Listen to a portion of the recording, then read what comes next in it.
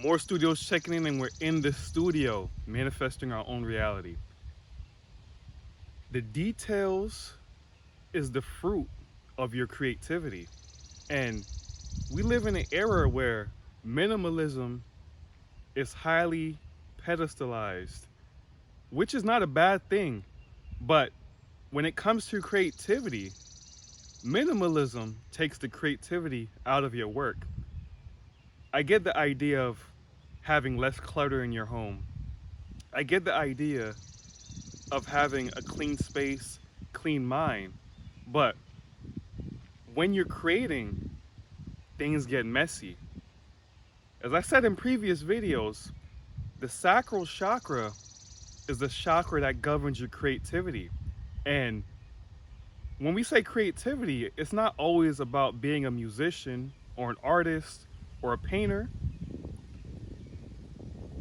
Creation is just the way of life. You were made in darkness. You were made based from creativity. You're the creation of your parents. So, in ultimate creation, things get messy. So minimalism is an attack on creativity.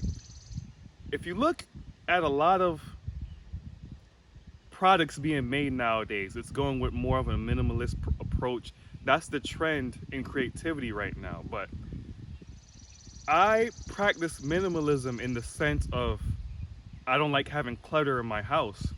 I only use I only buy what I actually use. There's nothing in my closet that just sits there as a collector's item. Everything I have in my closet I use. But minimalism is slowly transitioning into all aspects of our life, even to being a minimalist artist. This is not to shut down any artist with their own aesthetic, but as people may say, the details is in the devil. The devil's in the details. It's all these minimal details that separates you from the rest of the crowd.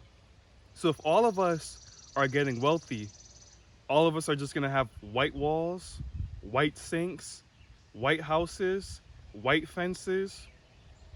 Where's the design? Where's the creativity? I remember when I went to Italy a few years ago and I stayed in Florence for some time. I was staying right on the Ponte Vecchio River, and I was amazed at how well this city is designed.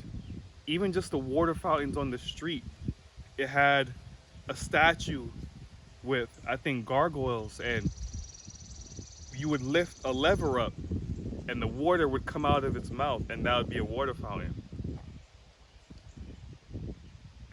Even here in the States, I would see, years ago, I would see benches intricately designed with nice arm rails and everything just to fit comfortably for the consumer. But now, with more of a minimalist approach, we just place a bench and that's it.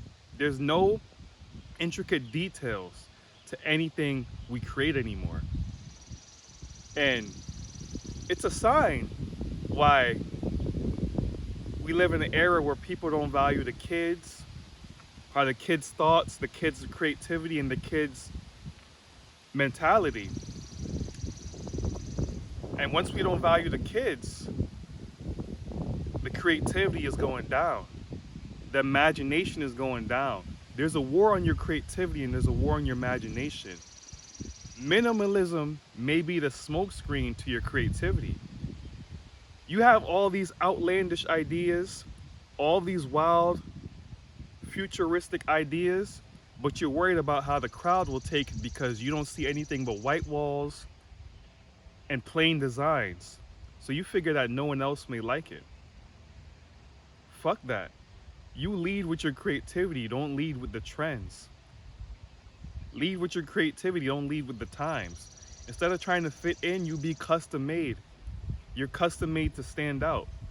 So even with my videos, you guys are seeing the beginning era of me starting off on my journey. I'm still in my first 100 videos.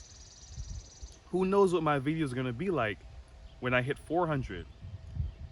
I'm gonna get the production. I know, of course, I'm gonna get the production level at a high level. Right now, I'm just showing you the progress from now for 4 years. I'm putting myself through school, y'all. As I'm learning the algorithm and I find out what works, I'm learning and I'm applying these lessons learned to each video.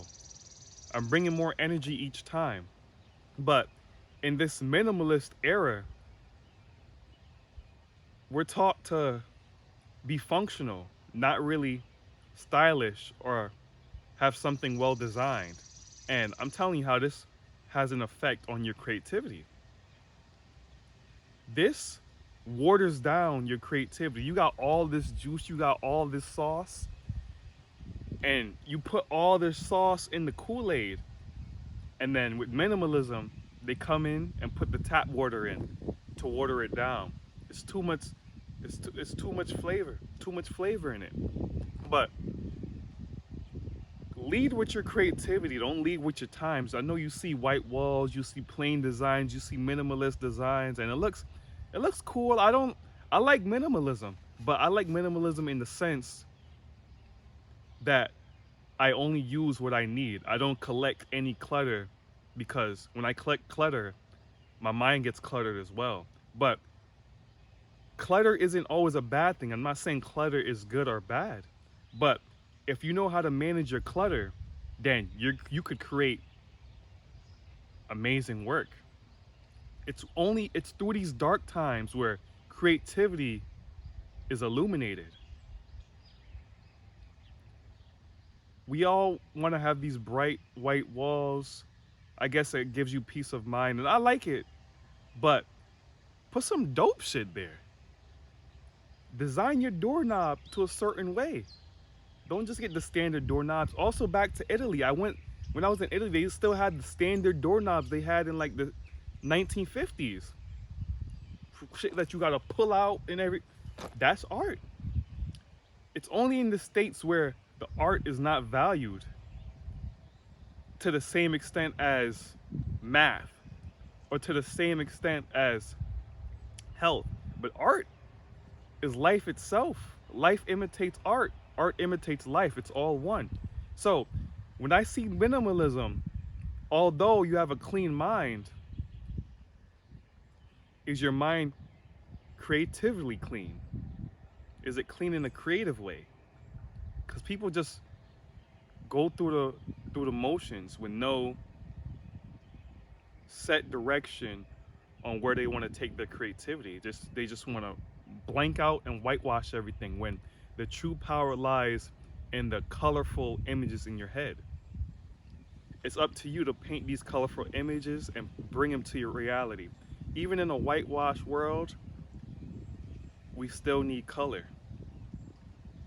Days in the black, when TV was black and white, people were itching for color, or they maybe not even think about color. But color is what's bring joy to people's life. The creativity is what brings people joy in their life.